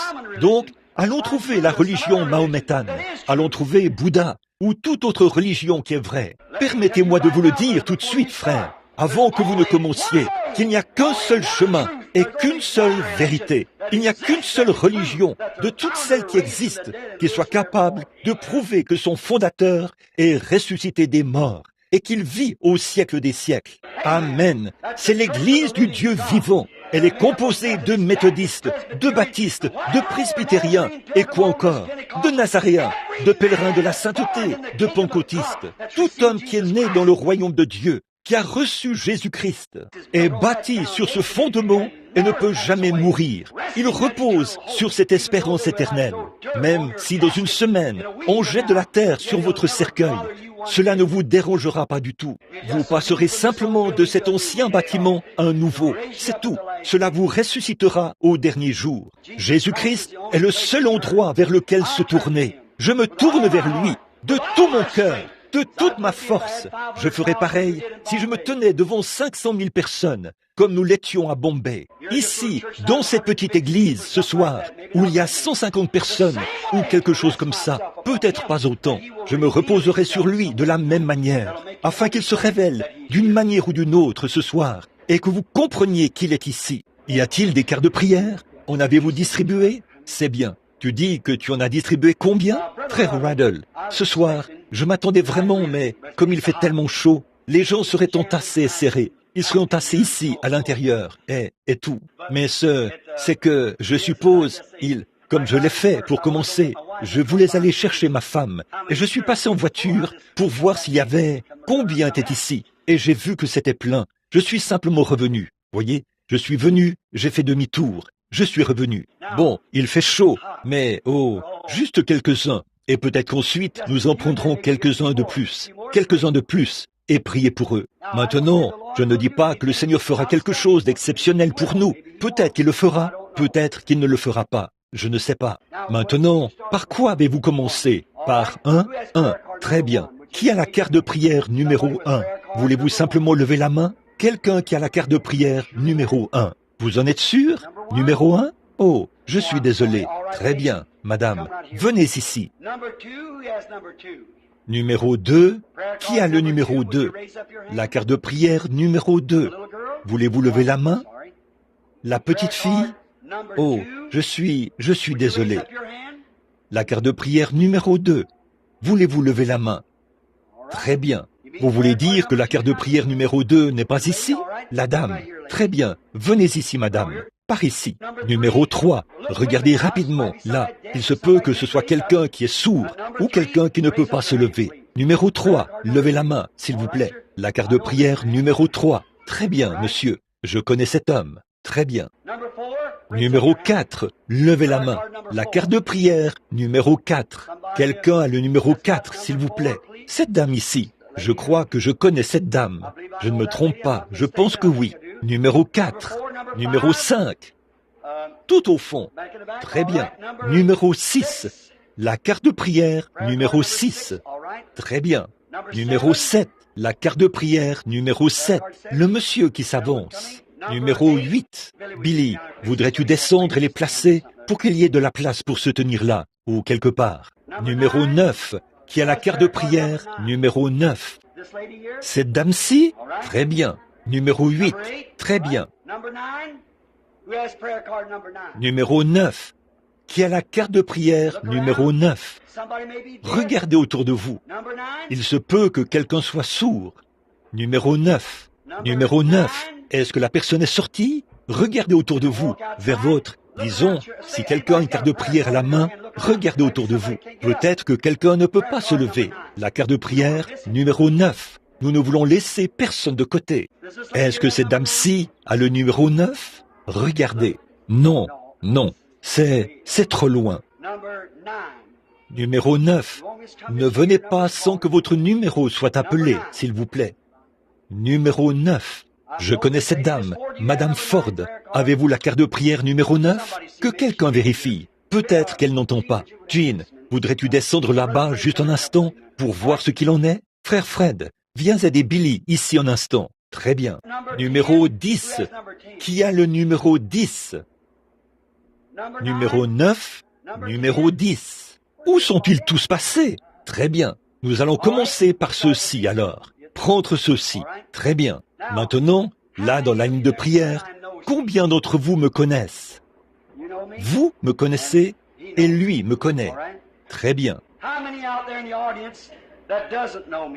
Là, dans l'auditoire, combien ne me connaissent pas? Et vous savez que je ne sais pas ce qui ne va pas chez vous. Mais vous êtes malade? Levez la main. Très bien. Très bien. Maintenant, vous qui ne me connaissez pas et que je ne connais pas, je veux que vous fassiez ceci. Je veux que vous regardiez par ici et que vous fassiez comme a fait la femme pendant que nous faisons cette petite ligne de prière. Maintenant, regardez, ces gens sont malades. Je ne vois pas d'infirmes, mais ces gens sont malades. Alors, s'ils ont besoin de guérison, eh bien, il y a une seule personne qui peut les guérir. C'est Jésus-Christ, un seul homme. Maintenant, comment peut-il le faire? Comment le fait-il? Parce que vous croyez qu'il l'a bel et bien fait, que vous croyez qu'il l'a fait. Ainsi, s'il est vivant, alors il est toujours le guérisseur.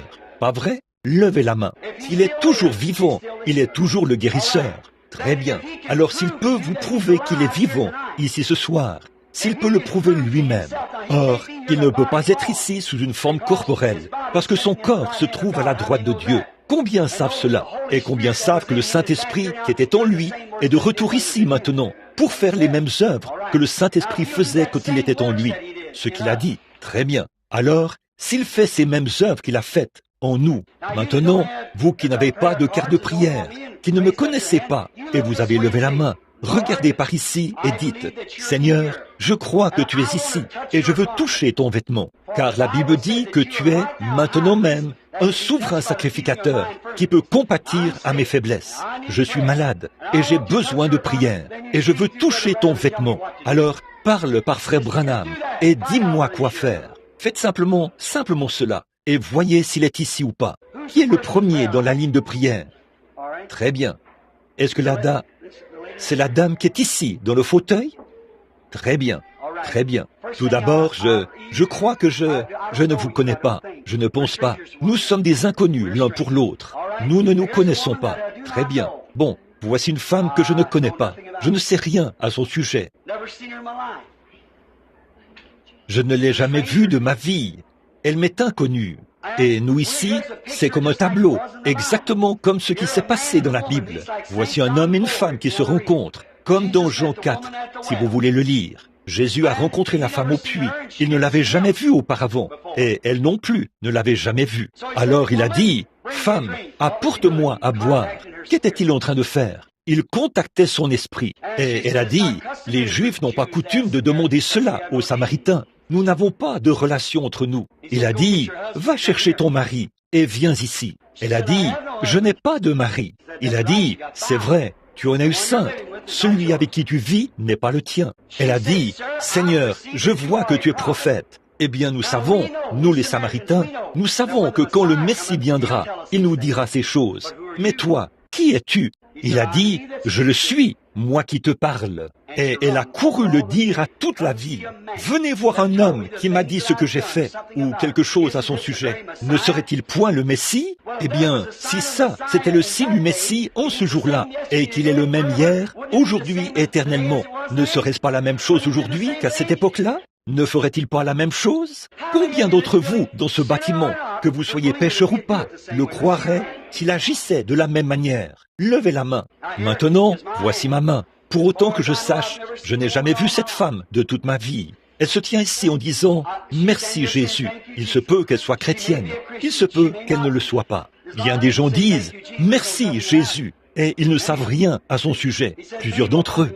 Voyez, il a dit « Plusieurs viendront à moi ce jour-là et diront « Seigneur, Seigneur, je ne vous ai même jamais connu », a-t-il dit.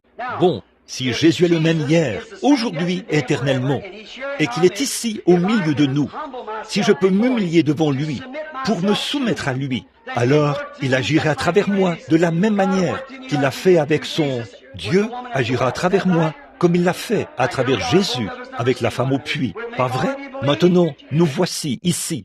Nous ne nous sommes jamais vus tous les deux. Est-ce que cela vous amènerait tous à croire? Cela fortifierait-il votre foi? Ainsi, s'il est ici, s'il est vivant, alors il est toujours votre sauveur, toujours votre guérisseur. Pas vrai? Maintenant, voyons voir s'il le fera. Alors, ô Dieu, ceci est entre tes mains maintenant. Le reste est entre tes mains. Car nous savons que l'homme ne peut pas faire ces choses. Cela doit venir de toi. S'il te plaît, Père, ce soir, dans l'intérêt des gens qui sont assis ici, et pour la gloire de l'Évangile, qu'il en soit ainsi ce soir, Père, afin que les gens sachent que tu es toujours Jésus-Christ, le même hier, aujourd'hui et éternellement. Et puissent les ténèbres qu'il y a peut-être dans le cœur de certains en ce moment, qui fait qu'ils sont dans l'ignorance, les suppositions et les questionnements, si seulement tu viens faire briller la lumière, puissent-ils voir ce chemin et entrer en toi. S'ils sont malades, puissent-ils être guéris. S'ils sont perdus, puissent-ils être sauvés. Nous verrons le chemin pour retourner au rivage. Quand le Fils se lèvera, accorde le Seigneur. Puisse le soleil de justice se lever maintenant, avec la guérison sous ses ailes. Et étendre son grand être sur ce lieu. Accorde-le, Père. Nous le demandons pour la gloire de Dieu, au nom de Jésus-Christ. Amen. Je veux que vous soyez respectueux, car nous sommes conscients que nous ne pouvons pas. Il ne s'agit pas de jouer à l'église. Il s'agit de faire descendre la présence du Dieu Tout-Puissant dans ce petit bâtiment. Maintenant, voyez-vous dans quelle position je me trouve? Il y a 150 personnes ici. J'ai dit ceci devant des dizaines de milliers de personnes, et 100 000 personnes. Et même une fois, il y avait jusqu'à 500 000 personnes, parmi lesquelles se trouvaient des athées, des incroyants, des incrédules, des manipulateurs de serpents et tout le reste. Il ne faillira pas. Maintenant, il doit prouver qu'il est le Dieu de la Bible ou qu'il n'est pas le Dieu de la Bible. Et s'il est le Dieu de la Bible, il est le même hier, aujourd'hui et éternellement. S'il peut dire à cette femme pourquoi elle est ici, je ne l'ai jamais vue, ou lui dire quelque chose qu'elle sait que je ne sais pas du tout, s'il peut lui dire pourquoi elle est ici, comme il l'a fait pour la femme au puits, s'il peut lui expliquer quelque chose qu'elle sait, si je ne la connais même pas et qu'elle ne me connaît pas, mais nous voici ici pour la première fois de notre vie, certainement que cela vous secouerait au point que tout le brouillard se dissiperait devant vous. Puisse-t-il l'accorder? C'est ma prière. Maintenant, cette dame qui est ici pour qu'on prie pour elle, je veux que chacun croie maintenant. Maintenant, comme je ne connais pas cette dame, j'aimerais lui parler un instant, comme notre Seigneur l'a fait avec la femme au puits, juste pour contacter son esprit. Maintenant, nous ne nous sommes jamais rencontrés auparavant. Et pourtant, le Seigneur vous connaît et il me connaît. S'il peut me dire pourquoi vous êtes venu ici, ce que vous êtes venu me demander, quelque chose que vous connaissez, et moi, je ne sais rien à votre sujet. Alors, s'il vous a envoyé ici et m'a amené ici, afin de peut-être pouvoir vous expliquer, ou qu'il puisse parler à travers moi et me dire pourquoi vous êtes monté sur cette estrade, cela vous amènerait-il à croire en lui? Cela vous amènerait à croire cela? Maintenant, je vois. Et l'auditoire aussi a dit qu'il croirait. Maintenant, nous voici prêts à ce que quelque chose se produise, si Dieu est toujours Dieu. La même chose que Jésus-Christ a faite. Je peux voir cette dame maintenant. Elle veut que je prie pour ses yeux. Elle a un problème avec ses yeux. Là, ce n'est pas quelque chose que j'ai juste deviné. C'est vrai, elle est en train de perdre la vue et elle veut qu'on prie pour ses yeux. C'est la vérité. Si c'est vrai, agitez ce mouchoir vers eux, sœur. Or, je ne l'ai jamais vue de ma vie. Qu'est-ce qui a produit cela? Qu'est-ce qui a produit cela? Elle a l'air d'être quelqu'un de bien. Vous pensez que j'ai deviné ça? Très bien. Nous verrons. Maintenant, madame, pour que tout soupçon soit dorénavant écarté de cette église, afin que lorsque frère Rudel prêche que Jésus-Christ est le même hier, aujourd'hui et éternellement, que l'on sache, par la position de cette chair, que Jésus-Christ a manifesté sa gloire et a prouvé que c'était vrai. Maintenant, oui, je vois ses yeux se dégradent. C'est de l'astigmatisme qui est dans ses yeux. Aussi, une autre chose, il y a quelque chose qui ne va pas chez elle. Elle a subi une opération quelconque. Cela lui a laissé un important tissu cicatriciel. Elle n'est pas de cette ville. Elle n'est pas non plus de cet État. Elle vient du Kentucky. C'est vrai. Et elle a une fille pour laquelle elle veut qu'on prie. Une petite fille d'environ 8 ou 10 ans. Elle veut qu'on prie pour cette fille, parce que sa fille doit subir une opération. C'est ainsi dit le Seigneur. Voyez si c'est vrai ou pas. Est-ce que c'était vrai, madame? Si c'est vrai, agitez de nouveau ce mouchoir devant les gens. C'est une petite fille. Très bien. Vous croyez que Dieu peut me dire quel est votre nom? Si Dieu... Tenez, je vais vous montrer une autre chose. Voici un homme qui se tient à côté de vous. C'est votre mari. Il est assis juste ici, à l'arrière. C'est exact. Il a aussi besoin de guérison. Il souffre de rhumatisme. C'est exact. Vous vous appelez compère. C'est exact. Et vous venez du Kentucky. Retournez dans le Kentucky et recevez. Prenez ce mouchoir et posez-le sur l'enfant. Croyez de tout votre cœur. Elle ne subira aucune opération. Amen. Vous croyez de tout votre cœur? C'est presque une encyclopédie de la vie de cette femme. Je lève mes mains pour attester que je ne l'ai jamais vue de ma vie. C'est vrai. Alors, voyez, qu'est-ce qu'il a touché? Qu'est-ce qu'il a fait? Il a touché ce souverain sacrificateur. Il a touché celui qui peut compatir à notre faiblesse. Amen. Eh bien, la guérison, c'est le témoignage de Dieu lui-même, sa propre gloire. Très bien. Vous, je crois que vous m'êtes inconnu. Je ne crois pas que je vous connais. Dieu vous connaît. Si Dieu me révèle quel est votre problème, ou ce que vous voulez, que ce soit une maladie, des ennuis de famille, ou quoi que ce soit d'autre, vous croirez de tout votre cœur, n'est-ce pas, madame? Maintenant, voici une autre dame que je ne connais pas, et elle ne me connaît pas. Nous sommes de parfaits inconnus l'un pour l'autre. C'est la première fois que nous nous rencontrons de notre vie. Mais si le Saint-Esprit peut venir, sa présence, venir ici maintenant et nous dire quelque chose au sujet de cette femme, eh bien, pour ce qui est de la guérir, je ne pourrais pas le faire. Elle, Dieu l'a fait quand il est mort au calvaire. Si c'est une pécheresse, je ne peux pas la sauver, car Jésus a fait cela au... C'est déjà accompli. Mais il peut venir dans la présence de son être pour montrer qu'il est toujours vivant et que ses œuvres sont toujours réelles et faire en sorte que cela devienne une réalité pour nous, si nous pouvons croire cela. Si tu peux croire, tout est possible. Si seulement vous pouvez croire maintenant, ayez foi en Dieu, ne doutez pas. Bon, c'est juste quelqu'un qui se sent bien. C'est en ordre. L'autre jour, je traversais l'État du Kentucky. J'ai entendu un homme qui sortait des buissons en criant. J'ai dit, est-ce que cet homme, qu'est-ce qu'il a? On m'a dit, il est simplement ivre et il se sent bien. C'est pareil pour cet homme. Mais il est ivre à cause d'une autre boisson. C'est juste qu'il est ivre et qu'il se sent bien. C'est vrai.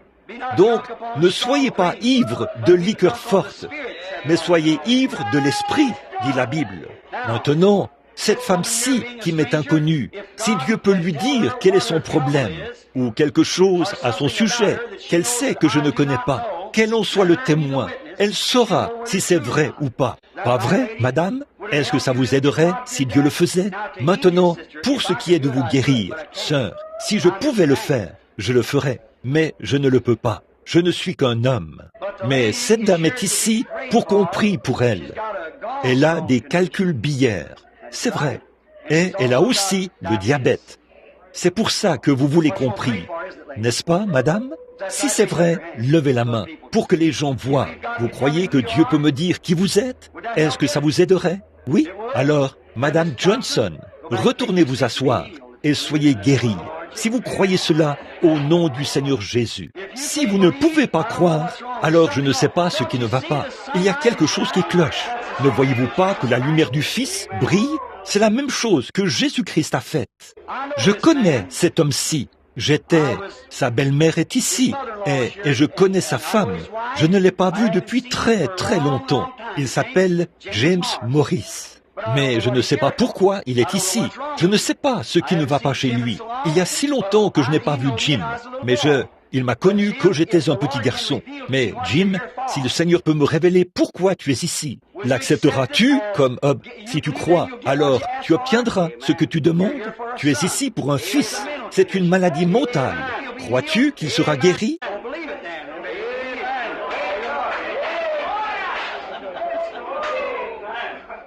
Alors va et crois cela.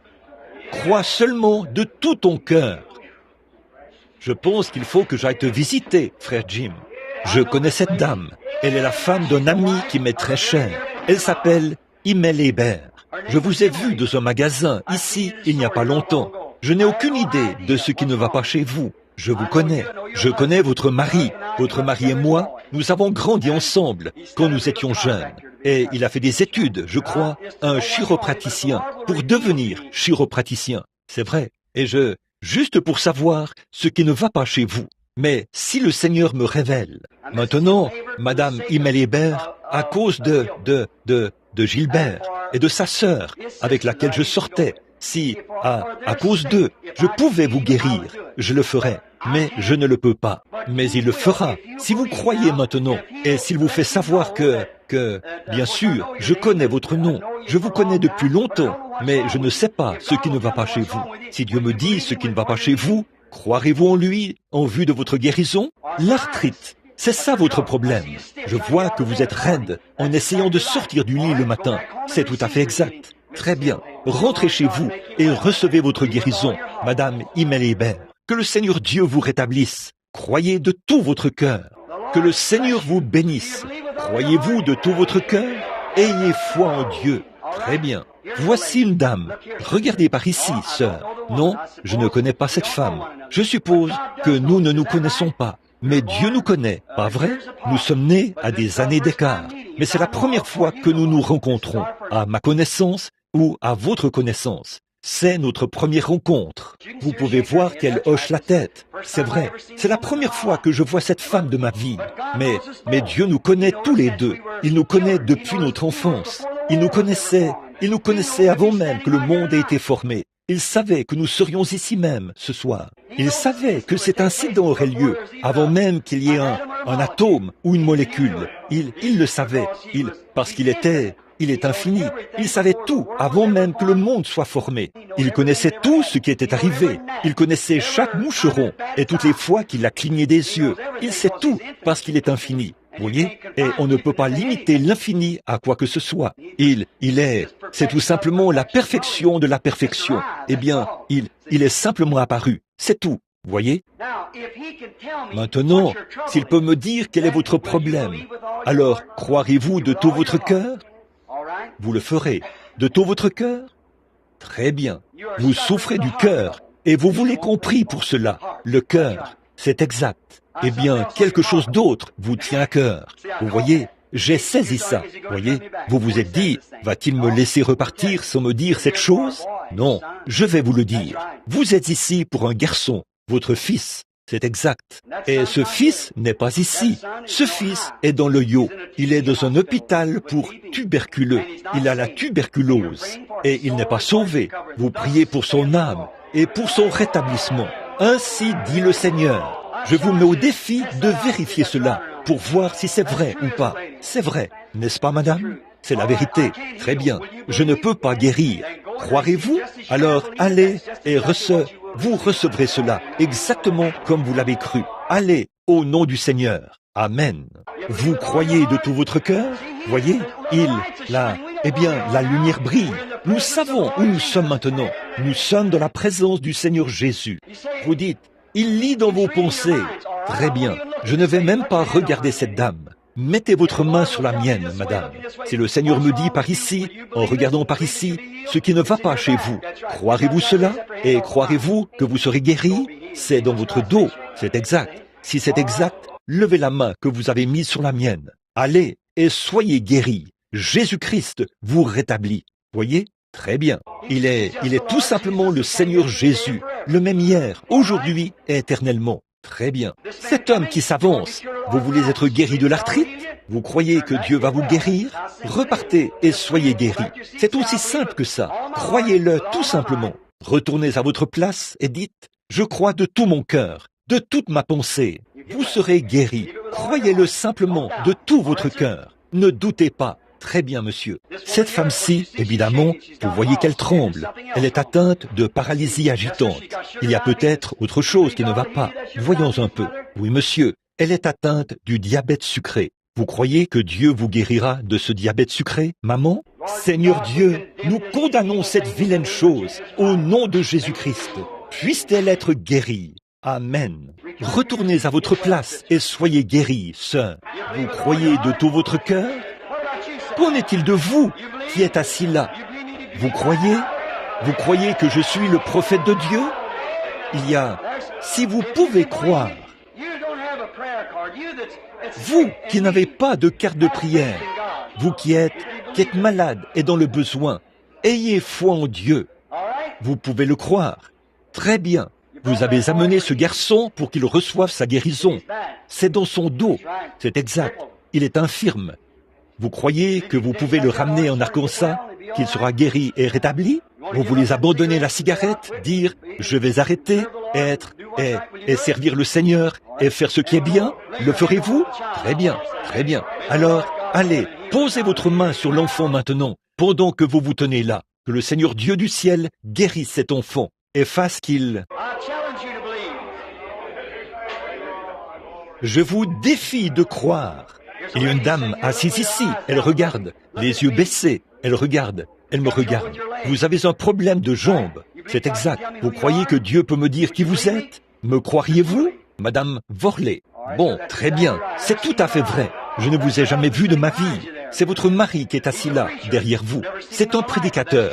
Je ne l'ai jamais vu de ma vie. Mais c'est la vérité. Vous croyez que Dieu peut me dire ce qui ne va pas chez vous, monsieur? Vous avez quelque chose sur le visage. Vous ne savez pas si c'est un cancer. Vous ne savez pas ce que c'est. Vous avez aussi une hernie. C'est exact. Vous voulez être guéri. C'est vrai, monsieur Worley. Très bien. Vous croyez de tout votre cœur? Alors allez et recevez votre guérison au nom du Seigneur Jésus. C'est ça. C'est vrai. Qu'en est-il de vos yeux? Vous croyez que Dieu va vous rétablir? Vous, à l'arrière, assis là, en train de me regarder? Très bien. Si vous croyez de tout votre cœur, ayez simplement foi en Dieu. C'est tout ce que vous avez à faire. Oh là là, c'est en train de se produire partout maintenant. Si seulement vous pouvez le croire. Cela s'amplifie tellement maintenant ici, à l'intérieur. Alors que tout le monde essaie de croire. Maintenant, croyez-vous qu'il est le Fils de Dieu? Vous croyez qu'il est le même hier, aujourd'hui, éternellement? Maintenant, y a-t-il une personne ici qui ne le connaît pas comme son sauveur et qui veut être sauvé? Voudriez-vous le faire? Vous n'avez jamais reçu le Saint-Esprit et vous voudriez venir en Christ afin d'être un croyant? Levez la main. Si vous dites « J'aimerais que Dieu vous bénisse », venez ici à l'autel, maintenant même. Donnez-nous une note là, au piano, juste un instant, avant que nous terminions. Je vous invite à venir ici. Venez ici à l'autel. Venez ici et agenouillez-vous. C'est ça, jeune homme. Levez-vous. Viens ici, petite fille. Vous qui regardez ce petit garçon, ça devrait faire honte à certains. Vous voulez aller là, à l'avant? Vous voulez vous approcher de lui? Venez maintenant. Avancez-vous. Amen. Avancez-vous maintenant dans la présence du Saint-Esprit. C'est ça, frère. Venez maintenant. Ne voulez-vous pas vous avancer ici et vous agenouiller avant que le service de guérison commence? Venez ici maintenant et soyez guéris dans l'âme. Puis voyez ce qui va se passer. Entrez en Christ. Il est le chemin, la vérité, la lumière. Personne ne vient si ce n'est par lui. Que vous soyez méthodiste, baptiste, presbytérien, luthérien, qui que vous soyez, si vous n'avez pas reçu le Saint-Esprit, c'est maintenant le moment de le faire. Avancez-vous maintenant et entrez en Christ. Vous vous poserez des questions sur ceci. Vous ne saurez pas comment vous en emparer. Vous ne comprendrez pas cela tant que vous n'aurez pas reçu le Saint-Esprit. Venez maintenant. Si j'ai dit la vérité, Dieu m'a parlé. Dieu a parlé à travers moi. J'ai dit la vérité. Il est le seul chemin. Il est le seul fondement. Il est le seul salut. Il n'y a de salut dans aucun autre nom qui était donné sous le ciel, si ce n'est dans le nom de Jésus-Christ. Ne voulez-vous pas venir le recevoir maintenant? Combien y a-t-il de rétrogrades là-bas qui aimeraient venir ici, s'agenouiller maintenant? Vous qui êtes rétrogrades et qui vous êtes éloignés de Dieu, voudriez-vous venir maintenant? Venez. C'est maintenant l'heure. Maintenant, regardez, si vous rejetez ceci, je ne sais pas s'il y a, pour qui que ce soit, un espoir pour vous ou pas. Maintenant, je ne le dis pas parce que je me tiens ici, mais je vous le dis, mes amis, qu'est-ce que Dieu peut faire de plus? C'est maintenant le moment. C'est maintenant l'heure où Dieu parle aux gens. C'est ça, sœur. c'est ça, sœur. Venez, c'est maintenant l'heure. C'est maintenant votre moment. Vous ne pourrez jamais être plus près de lui jusqu'à ce que vous mouriez et que vous entriez dans sa présence. Il est ici même. Il prouve qu'il est vivant. Ne voulez-vous pas venir?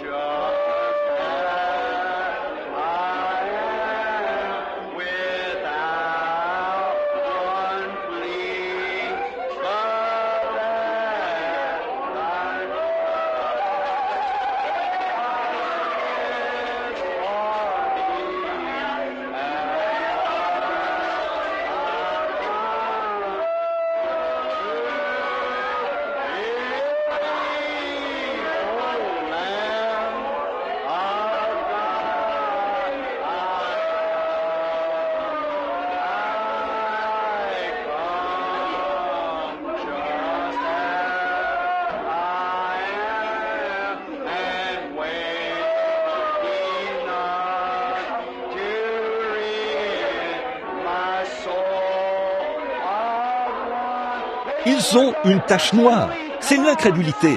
Venez, c'est ça.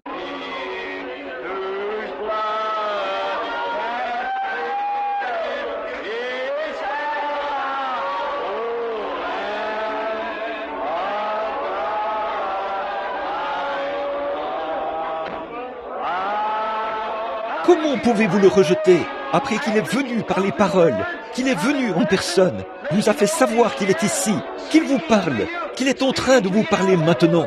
Cette petite voix qui est en train de vous parler, c'est Dieu. Il veut que vous veniez. Nous n'avons plus beaucoup de temps à vivre ici, mes amis. Nous partons d'ici. Ne voulez-vous pas venir vous agenouiller avec ce groupe de gens? Dire, ô Dieu, sois miséricordieux envers moi. Je veux accepter Christ maintenant. Je veux naître de nouveau. Je veux être rempli du Saint-Esprit. Je veux quelque chose de réel. Je veux être réel. Venez maintenant même à l'autel, alors que nous chantons le prochain couplet. Voulez-vous venir maintenant, pendant que nous venons? Maintenant, que quelques-uns d'entre vous, qui sont de bons chrétiens, viennent se placer autour d'eux ici. Que certains d'entre vous, les malades, viennent s'agenouiller aussi. Que certains d'entre vous, qui sont chrétiens, viennent s'agenouiller avec ceux-ci, alors que nous prions.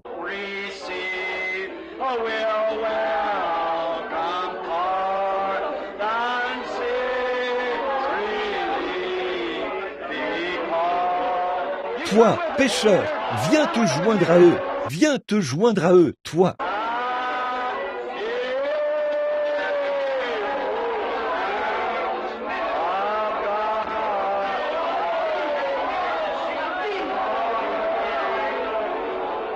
Venez par ici.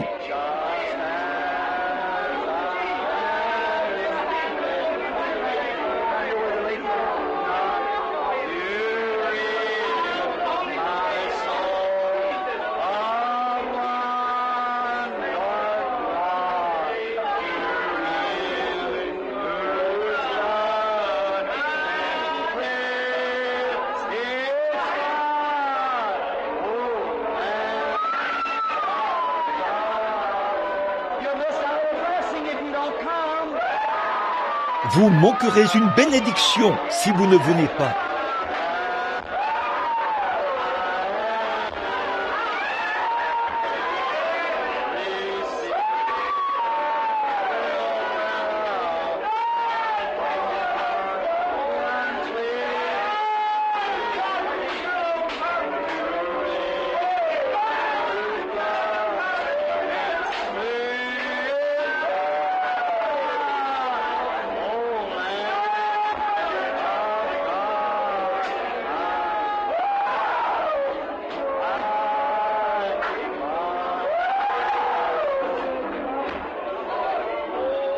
Eh bien, que toute l'Église courbe la tête maintenant, que tout le monde soit en prière.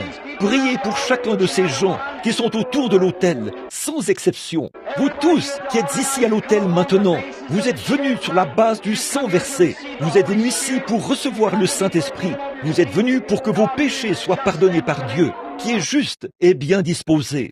L'eau sera prête pour vous. Vous pouvez venir au baptistère demain pour vous faire baptiser là-bas à l'église. Si le pasteur veut vous y emmener, repentez-vous et que chacun de vous soit baptisé au nom de Jésus-Christ pour la rémission de vos péchés et vous recevrez le don du Saint-Esprit. Comme Pierre prononçait encore ses mains, le Saint-Esprit descendit sur ceux qui les écoutaient, car on les entendait parler en langue. Le Dieu du ciel, qui était avec les apôtres, qui est Dieu au siècle des siècles, il est ici ce soir.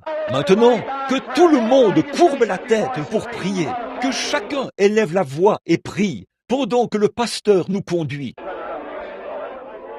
Frère Rudel, très bien.